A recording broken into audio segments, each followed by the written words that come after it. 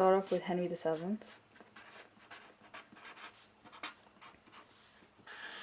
And his reign was from 1485 to 1509. And all we're going to do for Henry VII is we're going to do his foreign policy. Now, first foreign policy fact about Henry VII is the Treaty of Estaples.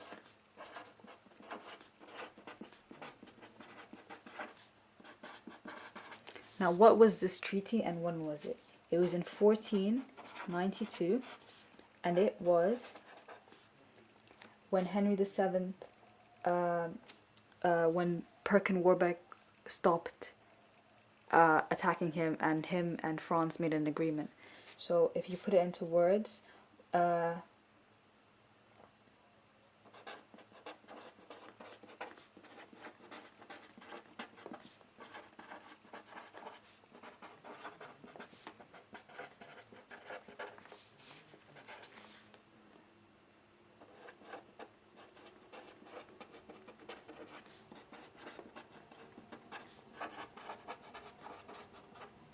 and the downfalls to this is that it led to Britain losing Brittany. Next thing we have is the Treaty of Medina del Campo. This is the one everyone remembers.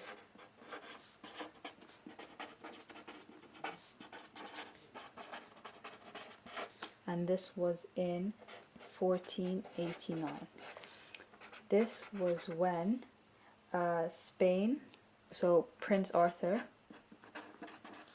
which was Henry VII's kid, and Catherine of Aragon would get married.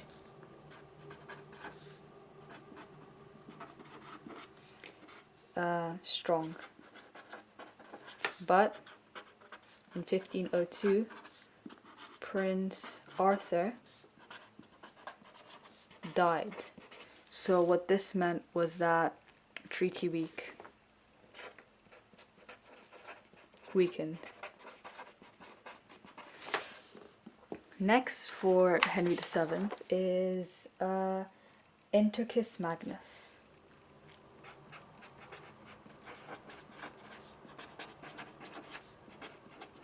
In 1496, and you might be wondering what's the difference, Malus, Magnus. I normally do Magnus because it's easier to remember. It's England and Burgundy.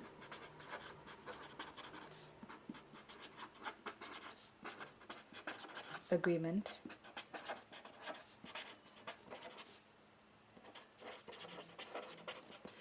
And also it's very successful. Why? Because 90% of English exports was cloth, and they were sent to Burgundy, basically. So it's very successful. And last but not least, another marriage agreement in 1497. Margaret and James, King James, let's just put James the Fourth of Scotland. And last one is, that's it. Now let's move on to Henry VIII. Oh, is it focus? Is it focus? It's gonna focus. Henry VIII foreign policy. And his reign was from 1509 to 1547. I'm gonna use a different pen because this one's running out. But anyways, he had many treaties, many failures, many successes. But if we started off in 1510, was a treaty. It was like basically renewed, and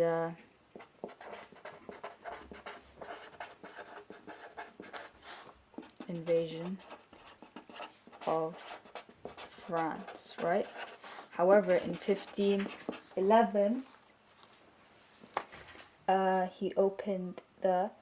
he joined the Holy League.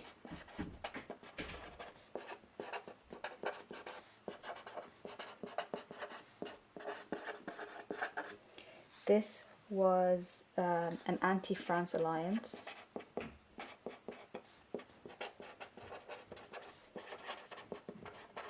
So basically it scrapped off this treaty.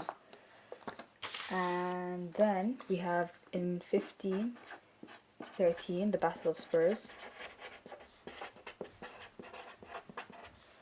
which was against France,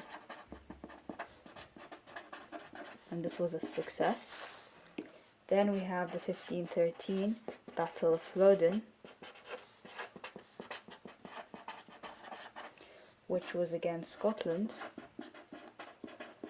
and this was also a success. And the main reason why this was a success because King James IV was killed. So Scotland and basically England had like the power over Scotland because they just killed the king. Next we have the 1518. This was under Wolsey, the Treaty of London, which was a peace treaty between 24 countries.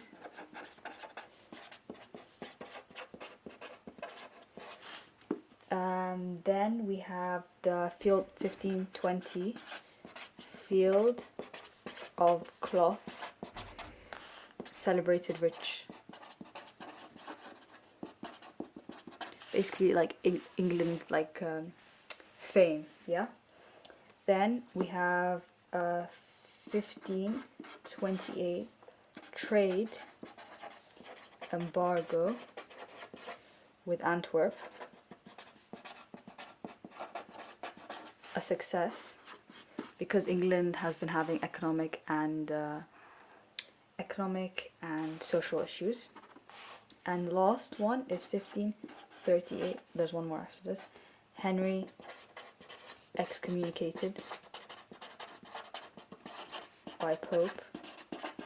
This one was a big deal because all Catholic countries basically just like stopped speaking to him, so England were isolated. And last one is 1543 Treaty of Greenwich, which was a failure because it was a marriage between Prince Arthur and Mary, but they rejected it.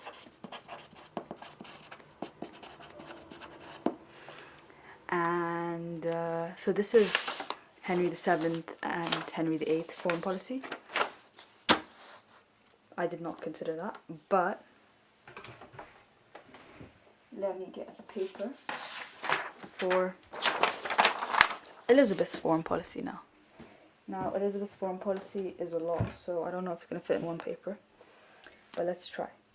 So, first of all, I'm not going to talk about Elizabeth, the rebellions of Mary, Queen of Scots, because that's one is more of in the rebellions video I'm going to do, but I'm going to talk about the Spanish Armada,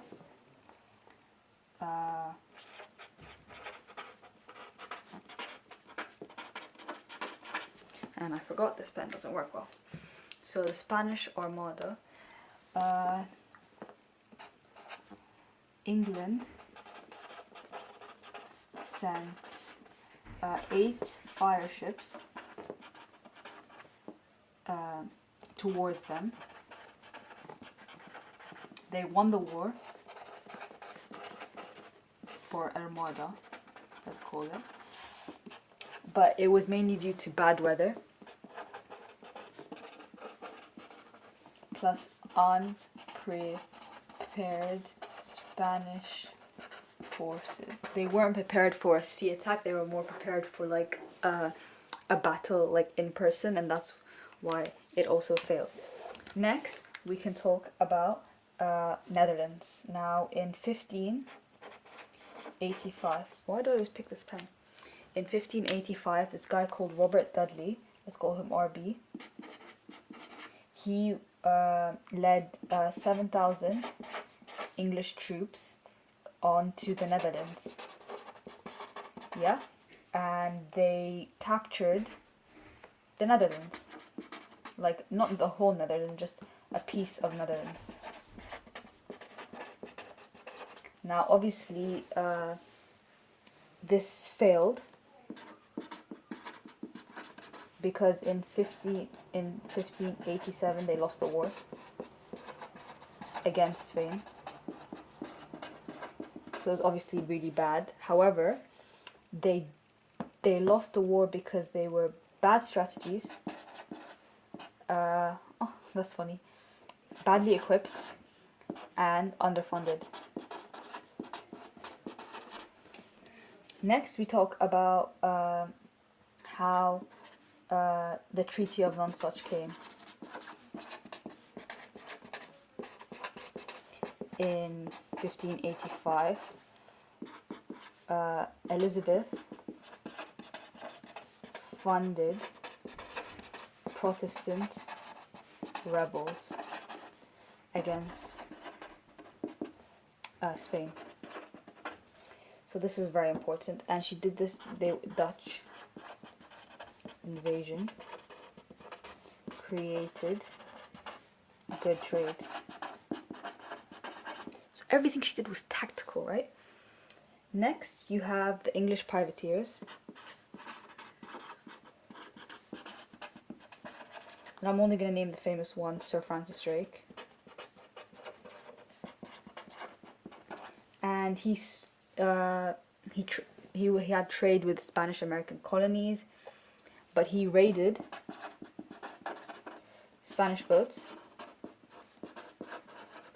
and Liz took some money